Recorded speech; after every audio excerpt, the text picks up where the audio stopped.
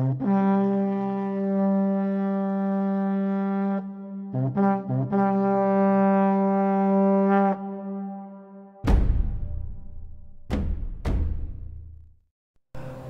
everybody.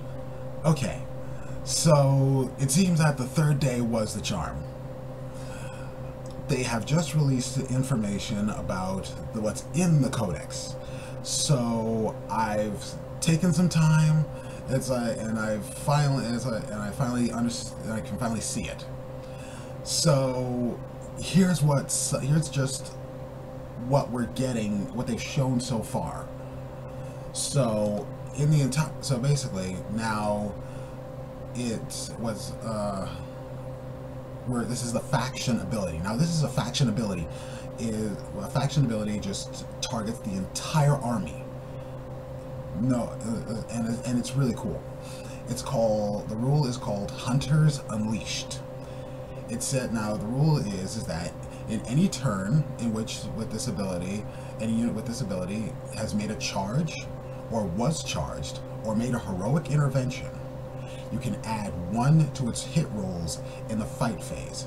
In addition, characters with this ability can perform a heroic intervention if, after the enemy has completed all their charge moves, there are any enemy units within 6 inches of them. They can move up to 6 inches when performing a heroic intervention, so long as they may end the move closer to the nearest enemy model.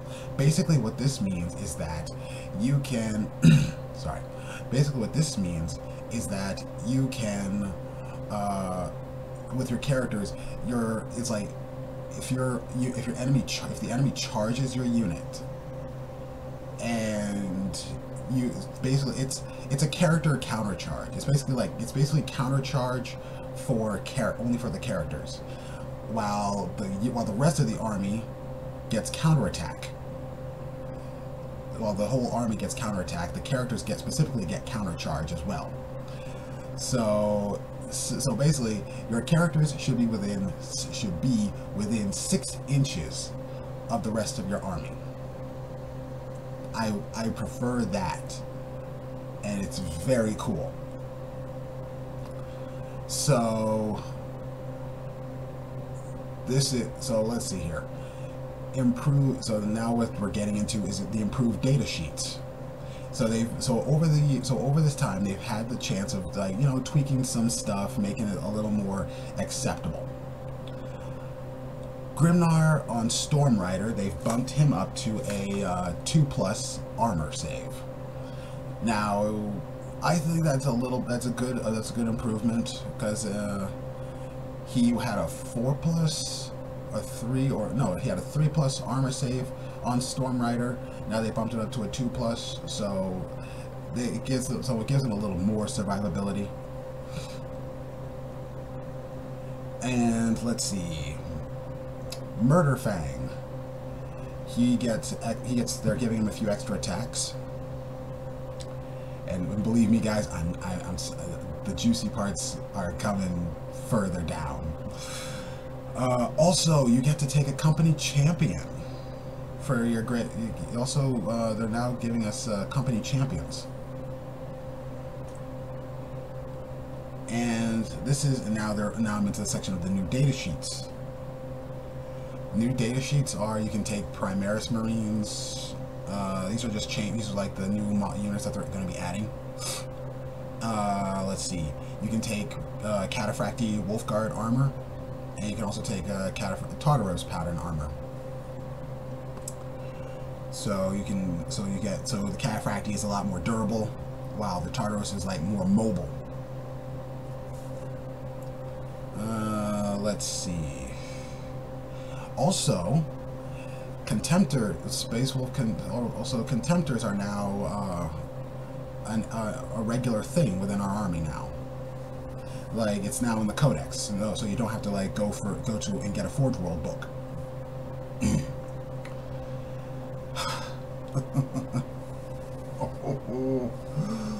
Oh, this one.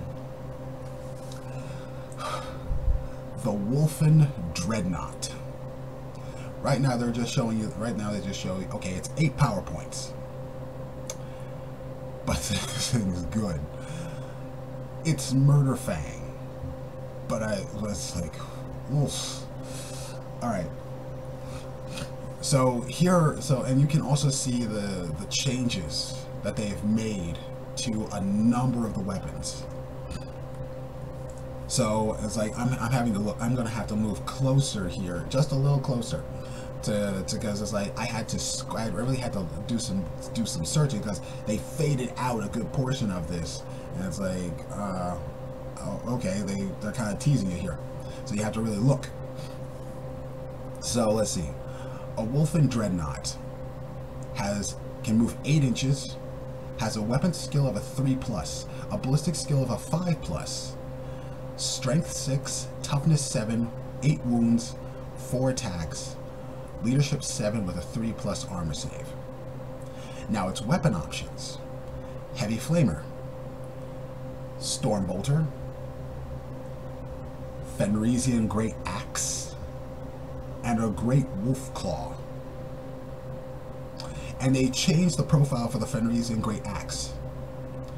It has 2 profiles. It has 2 weapons profiles. It says here, when attacking with this weapon, choose one of the profiles below. Cleave is a melee type range. Strength +4, AP -3, D6 damage. When attacking with this weapon, you must subtract 1 from the hit roll. So, but if this thing is charging, that's just, oh, I'm gonna hit you on a 3+. Scythe is a strength user, AP -3. I think that's a -3. Yeah, it's an AP -3. Does 1 damage. But when alright, so it says make 2 hit rolls for each attack made with this weapon instead of 1. So you're attacking 8 times with this axe. That's 8 attacks right there. Oh, strength 6 attack, strength 6 -3 AP attacks. I can hit you 8 times. So basically I can hit you 8 times. And the Great Wolf Claw is AP -4 with a -2. I know sorry. It's strength +4, AP -2, and does 3 damage. You can re-roll failed wound rolls for this weapon. Yeah. Also, and and then the weapons options. You can replace You can replace either the Fenrisian Great Axe or the Great Wolf Claw with the Great Wolf Claw with the Great Wolf Claw with a Stormbolter with a Blizzard Shield with a Stormbolter. So basically, and you can also replace the Stormbolter with a Heavy Flamer. So this is great. This thing's armed to the teeth, literally. I mean, so basically, you can you have a Wolfen Dreadnought with a 3+ invul save that also has a Heavy Flamer. I think I hope that this does not result in an FAQ. I hope it is kept. It's pretty cool. I mean, wow. And also, it's like, it also gets the benefit of Hunters Unleashed. So, it charges. I can cleave you. So it charges. I cleave you. Or I can cleave you on a 3+. Or I can scythe you on a 2. I can cleave you on a 3+, or I can scythe you on a 2+. Oh, This has got me so giddy. I'm sorry. And finally, for today,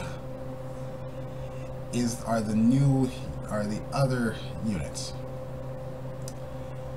We now have access to scout bikers, the Land Speeder Storm, which is the scout transport, and the Stormhawk Interceptor, and the Hunter and Stalker tanks. Now this is pretty cool. The Interceptor is the Stormhawk Interceptor is the anti-aircraft. It's like the attack, not like the attack fighter that's capable of taking out other flyers. But they are now giving us anti-aircraft tanks. The Stalker is an anti-aircraft tank. The Hunter is a ground-to-air missile battery, missile tank. And while the Stalker is a flak tank.